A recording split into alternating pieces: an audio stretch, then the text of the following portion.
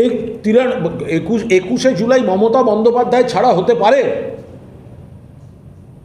21শে জুলাই 1993 কোথায় ছিলেন এরা, যখন সকলের স্বার্থে ভোটের সচিত্র পরিচয়পত্র, no I card no vote Mamata Banerjee ডেকেছিলেন?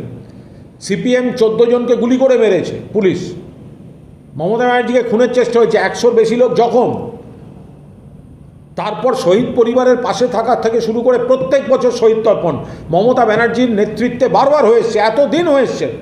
যে স্রোতটার উপর দাঁড় করিয়ে এনারা নিজেদের রাজনৈতিক জীবনে একের পর এক দপ্তরের মন্ত্রী হয়েছেন, একের পর এক পদ পেয়েছেন।